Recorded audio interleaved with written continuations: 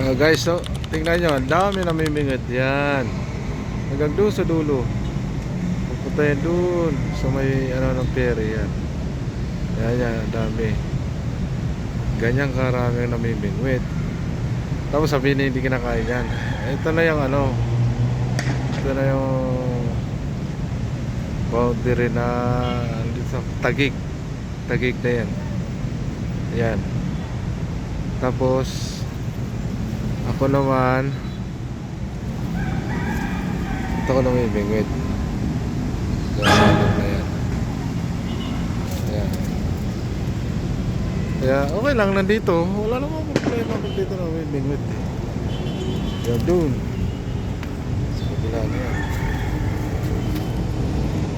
Hanggang dun. Ayan. Ayun, hanggang dun. Ikot yan dun sa may ano na yan, kanto na yan. Ayan. Ayan. Dami. Ayan. Kaya sabihin ninyong marami yung isda. Paglilinis lang yan. Mamaya papakita ko kayo sa inyo yung huli ko.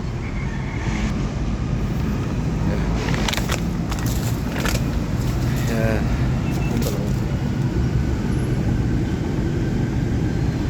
Lalaki nga. Eh, pamingwit ko. Tapos mga kasama ko nakahuli na doon sa dulo. Ayun o. Yun, nakahuli na. Ayun, nakahuli. Tapos diyan sa may sulok na yan, yan, meron din yan. Mga kasama ko. Ayan. Sit ako na mimimit. Yan sa lubang. Ito yung huli ko. Huli ko yan. Ito. Sandali guys. Buksan ko lang kasi masyadong malaki. Yan ang huli ko.